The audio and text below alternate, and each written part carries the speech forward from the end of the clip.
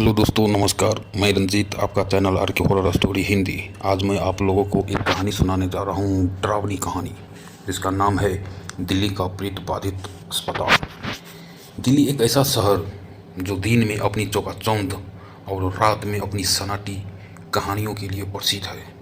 इस शहर में कई जगह ऐसी है जिनके पीछे छिपी है हैरान करने वाली कहानियाँ। ऐसी ही एक जगह थी सफदरजंग अस्पताल, जो आज के समय में आधुनिक चिकित्सा सुविधाओं के लिए जाना जाता है, लेकिन इसकी पुरानी इमारत का एक हिस्सा हमेशा से ही रहस्यमय रहा है। यह कहानी आज से करीब 25 साल पहले की है। अस्पताल का पुराना हिस्सा तब भी बंद पड़ा था। लोग कहते थे कि उस हिस्से में जाने वाला कोई भी व्यक्ति सही सलामत वापस नहीं आता। एक समय था जब उस हिस्से में बड़ी संख्या में मरीजों का इलाज हुआ करता था, पर अचानक उस अजीब घटनाएं होने लगी। डॉक्टर और नर्सें बताने लगे कि उन्होंने रात के समय वहां किसी को चलते हुए देखा, जबकि वहां कोई नहीं था। कुछ ने रात के अंधेरे में मरीजों की चीखें सुनी थी। धीरे धीरे उस हिस्से को बंद कर दिया गया और अब वहां कोई भी नहीं जाता था। रवि एक यंग पत्रकार था जो रहस्यमय और भूतिया कहानियों में दिलचस्पी रखता था। उसने बहुत सी कहानियां सुनी थी और कई जगहों पर जाकर रिपोर्टिंग भी की थी, लेकिन उसे हमेशा एक ऐसी जगह की तलाश थी जहां उसे खुद कुछ असाधारण अनुभव हो। एक दिन उसे दिल्ली के इस प्रेत बाधित अस्पताल के बारे में पता चला। इस अस्पताल में कुछ तो है, रवि ने सोचा। अगर मैं यहाँ की सच्चाई उजागर कर पाता हूँ तो यह मेरी पत्रकारिता का सबसे बड़ा ब्रेक थ्रू होगा। उसने अपनी टीम को बुलाया, जो वीडियो रिकॉर्डिंग और साउंड कलेक्शन के लिए जानी जाती थी। वे लोग उसी रात अस्पताल जाने की तैयारी करने लगे। रात के लगभग 11 बजे का समय था। रवि और उसकी टीम अस्पताल के पुराने हिस्से के बाहर खड़े थे। चारों तरफ सन्नाटा था, सिवाय अस्पताल के अंदर से कभी कभी सुनाई देने वाली अजीब सी आवाज़ों की। उनके पास टॉर्च, कैमरे और माइक्रोफोन थे। अंदर जाने से पहले रवि ने अपनी टीमों को समझाया, हम किसी भी स्थिति में एक दूसरे से अलग नहीं होंगे। अगर कुछ भी अजीब हो तो तुरंत बाहर आ जाएंगे। जैसे ही वे अंदर घुसे, वहाँ की हवा अचानक भारी महसूस होने लगी। पुरानी दीवारें, टूटी फूटी खिड़कियाँ और जाले उन्हें चारों ओर दिखने लगे। अंदर जाने के कुछ ही देर बाद उन्हें एक सुनसान वार्ड दिखा। इस वार्ड में सब कुछ पुराने जमाने का था। स्ट्रेचर, बेड, टूटे हुए उपकरण और फटी हुई चादरें। क्या तुमने सुना? एक टीम मेंबर ने हल्की आवाज में पूछा। रवि ने ध्यान दिया। एक धीमी सी फुसफुसाहट सुनाई दी, जो वार्ड के एक कोने में आ रही थी। जब वे उस दिशा में बढ़े तो अचानक कमरे का तापमान तेजी से गिरने लगा। उनके चारों ओर की हवा अब एकदम ठंडी हो गई थी। तभी रवि ने एक परछाई को तेजी से गुजरते हुए देखा। उसे समझ में नहीं आया कि यह क्या था, पर अब उसकी जिज्ञासा और बढ़ गई थी। अगले दिन रवि और उसकी टीम ने फैसला किया कि वे वापस जाकर और अधिक वीडियो रिकॉर्ड करेंगे। वे अब पुराने ऑपरेशन थिएटर की तरफ बढ़े। उस कमरे का दरवाज़ा अजीब ढंग से खड़खड़ा रहा था, जैसे कोई अंदर जाने के लिए बेताब हो। जब उन्होंने दरवाज़ा खोला तो कमरे में एक अजीब सी गंध फैली हुई थी।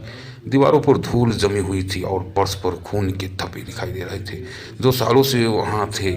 ऑपरेशन टेबल पर कुछ अजीब सी चीज़ें पड़ी थी, कुछ पुराने मेडिकल उपकरण और एक बायां हाथ। यह संभव नहीं है, रवि ने चौंकते हुए कहा। यहाँ इतने सालों से कोई नहीं आया है, फिर ये कैसे हो सकता है? तभी अचानक कमरे की लाइट झपकने लगी। एक अजीब सी आवाज़ कमरे में गूंजने लगी, जैसे किसी ने अपनी जान गंवा दी हो और उसकी आत्मा वहीं फंसी हो। रवि और उसकी टीम जा सकते में आ गए थे। उन्होंने कैमरे को चलाया और रिकॉर्डिंग कुछ भी स्पष्ट रूप से नहीं आ रहा था। रात का तीसरा पहर था। अचानक से कमरे का दरवाज़ा जोर से बंद हो गया। रवि और उसकी टीम ने दरवाजे की तरफ दौड़ लगाई, पर दरवाज़ा खुल नहीं रहा था। तभी उनके कानों में एक तीखी चीख गूंजी, जैसे कोई मदद की गुहार लगा रहा हो। उस आवाज़ से सबकी रीढ़ की हड्डी में सिहरन दौड़ गई। हमें यहाँ से निकलना होगा, रवि चिल्लाया, पर तब तक बहुत देर हो चुकी थी। कमरे की दीवारों पर खून से बने अजीबोगरीब निशान उभरने लगे। ऐसा लगा जैसे उन निशानों के पीछे कोई कहानी छिपी हो। तभी एक टीम मेंबर अचानक फर्श पर गिर पड़ा और जोर से कांपने लगा। उसका चेहरा सफ़ेद हो चुका था और वह एक अजीब सी भाषा में कुछ बड़बड़ा रहा था। रवि ने उसकी मदद करने की कोशिश की, पर जैसे ही उसने उसे छुआ, उसने देखा कि उसके हाथ पैर भी वही निशान बनने लगे थे। वे सब ऐसी शक्ति से घिर चुके थे जिसका कोई ठोस रूप नहीं था, पर उसकी उपस्थिति हर जगह थी।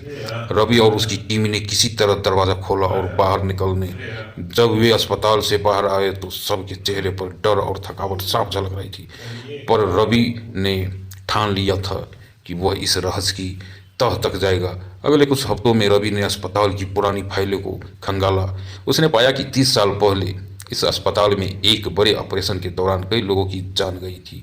एक डॉक्टर जिसे लोगों ने मौत का कारण ठहराया था, उस कमरे में आत्महत्या कर चुका था।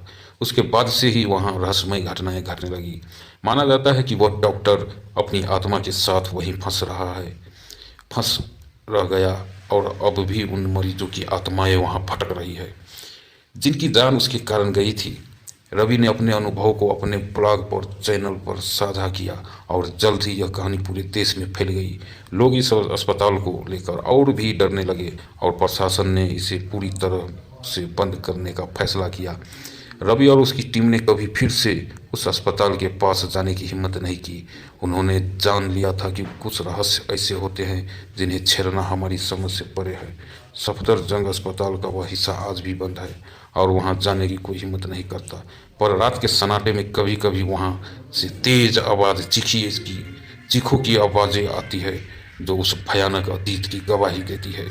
हेलो दोस्तों, अगर ये कहानी आप लोगों को अच्छा लगा हो तो लाइक सब्सक्राइब शेयर ज़रूर करें। अगर कहानी आप लोगों को अच्छा ना लगे तो कमेंट करके ज़रूर बताएं। धन्यवाद दोस्तों, फिर मिलते हैं अगले वीडियो में।